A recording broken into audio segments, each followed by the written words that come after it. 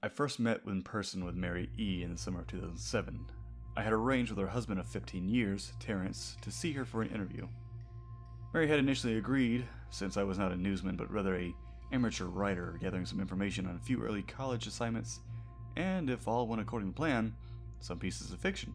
We scheduled the interview for a particular weekend when I would be in Chicago on unrelated business, but at the last moment, Mary changed her mind and locked herself in the couple's bedroom, refusing to meet with me. For half an hour I sat with the husband as we camped outside the bedroom, I listening and taking notes while he attempted fruitlessly to calm his wife. The things Mary said to me made little sense, but fit the pattern I was expecting. Though I could not see her, I could tell from her voice that she was crying, and more often than not, her objections to speaking to me centered around her incoherent diatribe on her dreams, or her nightmares. Terrence apologized profusely, and when we ceased the exercise, and I did my best to take it in stride. Recall that I wasn't a reporter in search of a story, but merely a curious young man in search of information. Besides, I thought at the time I could perhaps find another similar case if I put my mind and resources to it. Mary E. was a soy stop for a small Chicago-based bulletin board system in 1992 when she first encountered Smile.JPeg, and her life was forever changed. Mary was one of an estimated 400 people who had saw the image when it was first posted as a hyperlink on the BBS. Though she is the only one who has spoken openly about the experience, the rest have remained anonymous, or are perhaps dead. In 2005, when I was only in 10th grade, Smile.jpeg was first brought to my attention as a burgeoning interest in web-based phenomena. Mary was most often cited as a victim of what's sometimes referred to as Smile.Dog. The being Smile.jpeg is reputed to display what caught my interest, other than the obvious macabre elements of cyber legend and my proclivity towards such things, was the sheer lack of information, usually to the point that people don't believe it even exists other than as a rumor or as a hoax. It is unique because, though the entire phenomenon centers on a picture file, that file is nowhere to be found on the internet. Certainly many manipulated photos litter the web, showing up most frequently on sites such as 4chan and especially on the X-Base phenomenon board. It is suspected that these are fakes because they do not have the effect the true Smile.jpeg has, namely sudden onset temporal lobe epilepsy and acute anxiety. The purported reaction in the viewer is one of these reasons the phantom-like Smile.jpeg is regarded with such disdain, since it is patently absurd, though depending on whom you may ask, the reluctance to acknowledge Smile.jpeg's existence might be just as much out of fear as it is out of disbelief. Neither Smile.jpeg nor Smile.Dog is mentioned anywhere on Wikipedia, though the website features articles on such others, perhaps more scandalous shock sites as Hello.jpg or Two Girls One Cup. Any attempt to create a page pertaining to Smile.jpeg is summarily deleted. Encounters with Smile.jpeg are the stuff of internet legend. Mary E.'s story is not unique. There are unverified rumors of Smile.jpeg showing up in the early days of Usenet, and even one persistent tale that in 2002 a hacker flooded the forums of the humor and satire site Something Awful with a deluge of Smile.Dog pictures, rendering almost half of the forum's users at the time epileptic. It is also said that the mid to late 90s that Smile.jpeg circulated the Usenet as an attachment of chain email with the subject line, "Smile, God loves you." Yet despite the huge exposure these stunts would generate, there are very few people who admit to having experience with any of them, and no trace or file could be found. Those who claim to have Smile.jpeg often weakly joke that they were far too busy to save a copy of the picture to their hard drive. However, all alleged victims offer the same description of the photo.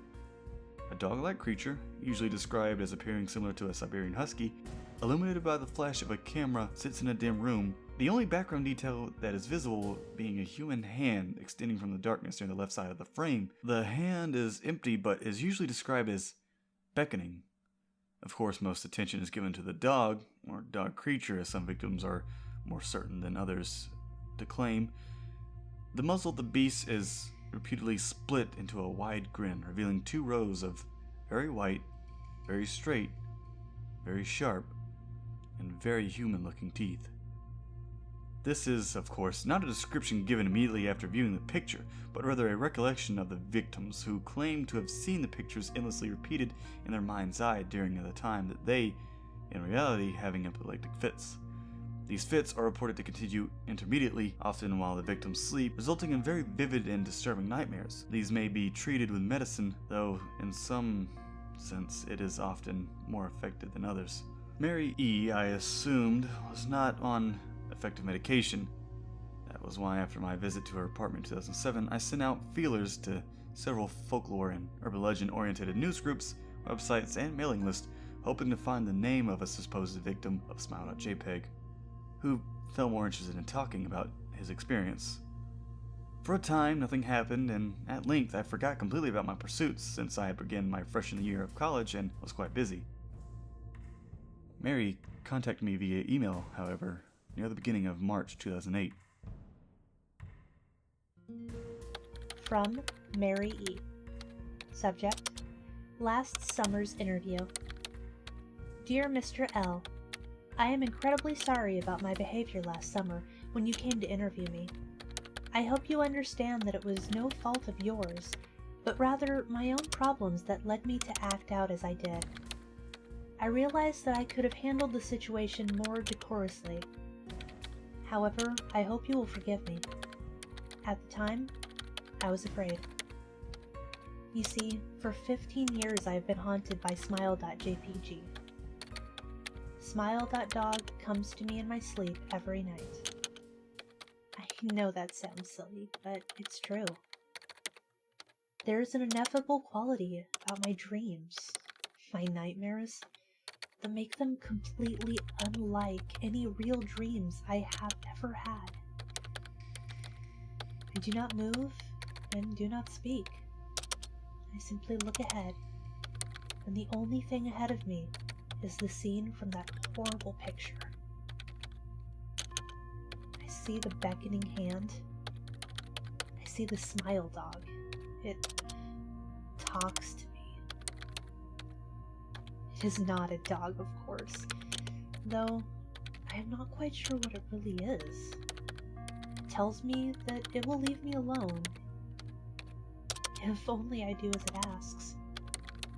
All I must do, it says, is spread the word. That is how it phrases its demands, and I know exactly what it means. It wants me to show it to someone else. And I could. The week after my incident, I received in the mail a manila envelope with no return address. Inside was only a 3.5-inch floppy diskette. Without having to check, I knew precisely what was on it. I thought for a long time about my options. I could show it to a stranger, a coworker.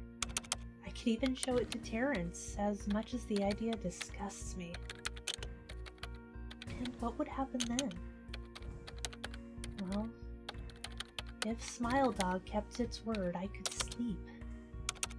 Yet if it lied, what would I do?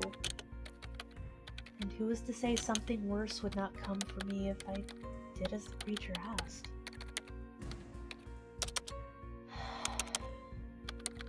So I did nothing for 15 years. Though I kept the diskette hidden amongst my things. Every night for 15 long years, Smile.Dog has come to me in my sleep and demanded that I spread the word. For 15 years, I have stood strong, though there have been hard times. Many of my fellow victims on the BBS board where I first encountered Smile.jpg stopped posting. I heard some of them committed suicide. Others remain completely silent, simply disappearing off the face of the web. They are the ones I worry about the most. I sincerely hope you forgive me, Mr. L. But last summer, when you contacted me and my husband about an interview, I was near the breaking point. I decided I was going to give you the floppy diskette. I did not care if Smile.Dog was lying or not. I wanted it to end. You were a stranger, someone I had no connection with, and I thought I would not feel sorrow when you took the diskette as part of your research and sealed your own fate. Before you arrived, I realized what I was doing. I was plotting to ruin your life. I couldn't stand the thought, and in fact I still can't. I'm ashamed. Mr. L, I hope that this warning will dissuade you from further investigation of Smile.jpg. You may in time encounter someone who is, if not weaker than I, then wholly more depraved. Someone who will not hesitate to follow Smile.Dog's orders. Stop while you're still whole. Sincerely, Mary E. Terrence contacted me later that month with the news that his wife had killed herself. While cleaning up the various things she'd left behind, closing email accounts and the like, he happened upon the above message. He was a man in shambles. He wept as he told me to listen to his wife's advice. He'd found the diskette, he revealed, and burned it until it was nothing but a stinking pile of blackened plastic. The part that disturbed him the most, however, was how the diskette had hissed as it melted. Like some sort of animal, he said. I will admit that I was a little uncertain about how to respond to this. At first, I thought perhaps it was a joke, with the couple belatedly playing with the situation in order to get a rise out of me. A quick check of several Chicago newspapers' online obituaries, however, proved that Mary E. was indeed dead. There was, of course, no mention of suicide in the article. I decided that, for a time at least, I would not further pursue the subject of Smile.jpeg, especially since I had finals coming up at the end of May. But the world has an odd way of testing us. Almost a full year later, I returned from my disastrous interview with Mary E. I received another email. Hello.